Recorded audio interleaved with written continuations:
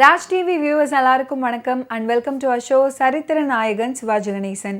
இந்த நிகழ்ச்சியில் சிவாஜி அவர்களுடைய ஃபிலிம் கெரியரில் நடந்த பல இன்ட்ரெஸ்டிங்கான விஷயங்களை நம்ம பார்த்துக்கிட்டு இருக்கோம். அந்த வரிசையில் இன்னைக்கு எபிசோட்லையும் பல சுவாரஸ்யமான அப்டேட்ஸ் உங்களுக்காக காத்துக்கிட்டு இருக்கு. வாங்க நிகழ்ச்சிக்குள்ளே போகலாம்.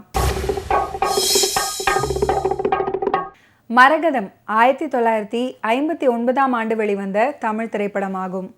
இந்த படம் எஸ்.எம். ஸ்ரீ ராமுலு நாயுடு தயாரித்து இணைந்து எழுதி இயக்கிய திரைப்படமாகும்.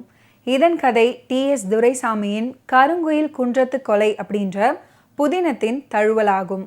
தமிழ் திரையுலகில் பிரபலமாக விளங்கிய தயாரிப்பாளர் மற்றும் டைரக்டர்களில் குறிப்பிட்டு சொல்ல வேண்டிய ஒருவர் தான் பக்ஷிராஜா ஃபிலிம்ஸ் அதிபர் எஸ்.எம். ஸ்ரீ ராமுலு நாயுடு. சென்ற நூற்றாண்டில் இவர் தயாரித்து இயக்கிய சிவகவி, ஆரியமாலா, மலைக்கள்ளன், மரகதம் போன்ற படங்கள் மாபெரும் வெற்றியை பெற்று திரையுலக சரித்திரத்தில் இடம்பெற்றன.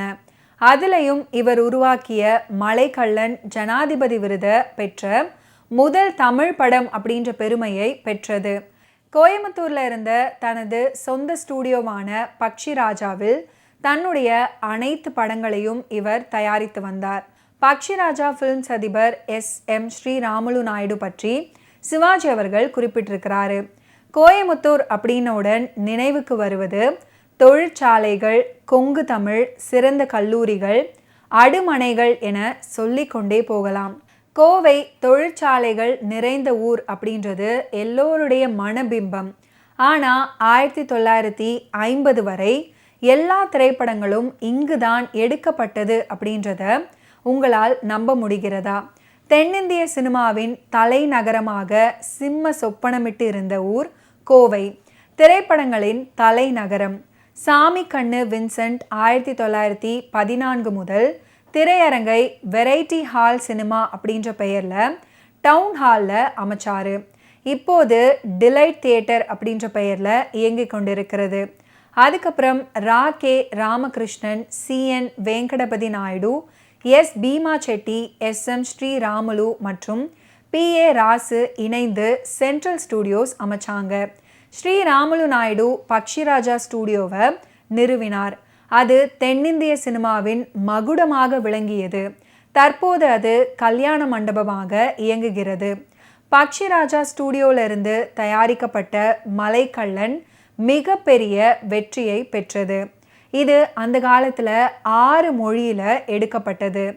Coimbatore talkies, Parameswaran talkies, Pakshiraja studio மற்றும் சென்ட்ரல் ஸ்டூடியோஸ் போன்றவை பல வெற்றி படங்களை தயாரித்தாங்க. இந்த ஸ்டூடியோக்கள் எல்லாமே கோயம்புத்தூரில் நிறுவப்பட்டவை அப்படின்றது குறிப்பிடத்தக்கது. அந்த காலகட்டத்தில் தென்னிந்தியாவில் வேறு எங்கும் திரையரங்குகளும் ஸ்டூடியோக்களும் இல்லை அப்படின்றதே உண்மை.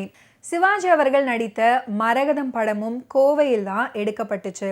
கருணாநிதி மற்றும் என்.டி.ஆர். போன்ற அரசியல் தலைவர்களும் தனது திரையுலக வாழ்க்கை இங்கிருந்து தான் தொடங்கினாங்க. என்.எஸ். Krishnan, TM. Soundararajan, MK. Radha, DS. Balaiah போன்ற திரையுலக மேதைகளும் தன்னுடைய வாழ்க்கையை கோவையிலிருந்து தான் தொடங்கினாங்க. கால மாறுதல்களை கருத்தில் கொண்டு சுப்பையா நாயுடுவும் இயங்க ஆரம்பித்தார்.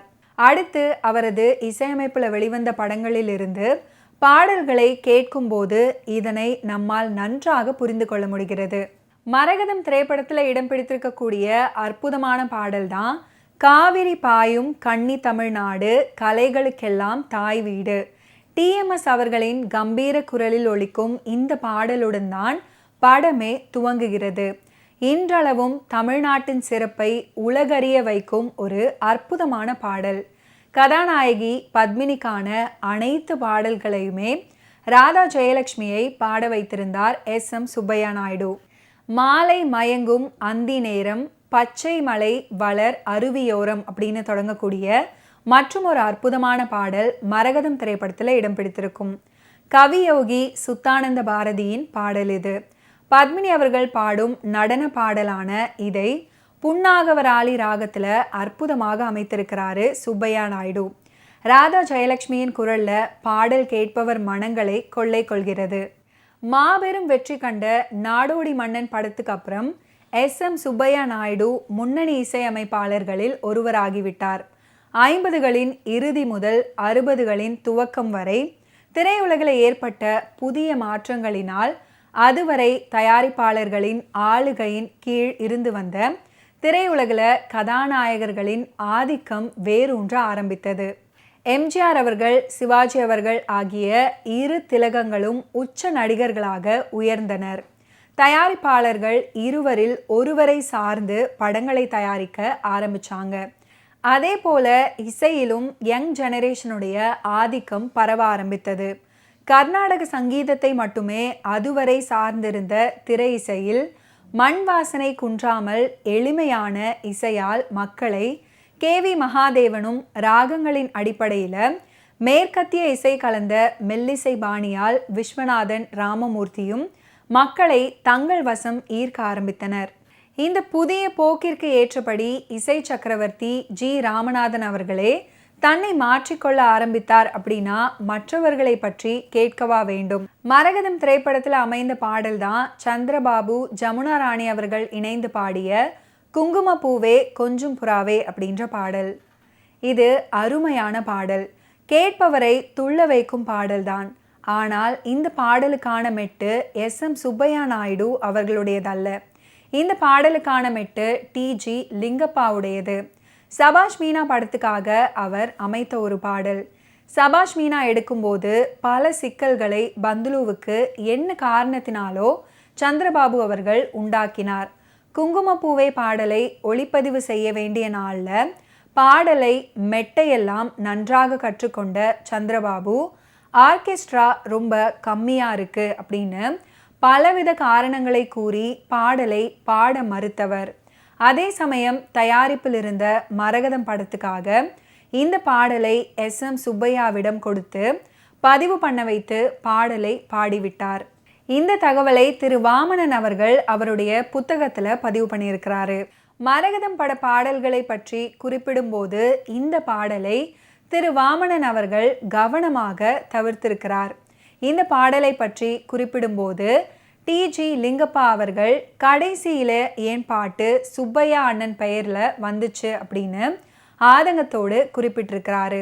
சுப்பையா நாயுடு அவர்களை பொறுத்தவரை சந்திரபாபு அவரிடம் இந்த மெட்டையும் பாடலையும் பாடி காட்டி அது எப்படி வந்தது அப்படின்னு குறிப்பிடாமல் இருந்திருக்கலாம்.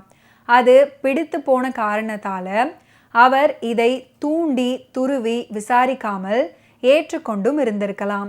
அல்லது தயாரிப்பாளரின் நிர்பந்தம் காரணமாக இதை ஏற்றுக்கொண்டும் இருந்திருக்கலாம். எதுவோ ஒன்று. ஆனால் பின்னால் இது TG லிங்கப்பாவுடைய மெட்டு அப்படின்னு தெரிய வந்த போதாவது ஒரு தன்னிலை விளக்கமோ குறைந்தபட்சம் லிங்கப்பா அவர்களிடம் ஒரு வருத்தமோ தெரிவித்ததாக எந்த தகவலும் இல்லை. நிச்சயமாக இந்த ஒரு சம்பவம் சுப்பையா நாயுடு அவர்களின் நீடித்த புகழுக்கு ஒரு சறுக்கல் தான் அப்படின்னே சொல்லலாம். ஓகே வியூவர்ஸ், இன்னைக்கு நிகழ்ச்சியில் நடிகர் திலகம் சிவாஜி கணேசன் அவர்களுடைய ஃபிலிம் கெரியரில் நடந்த பல இன்ட்ரெஸ்டிங்கான விஷயங்களை நீங்கள் பார்த்து தெரிஞ்சிருப்பீங்க. மீண்டும் அடுத்தடுத்த எபிசோட்ஸில் சந்திப்போம். நன்றி, வணக்கம்.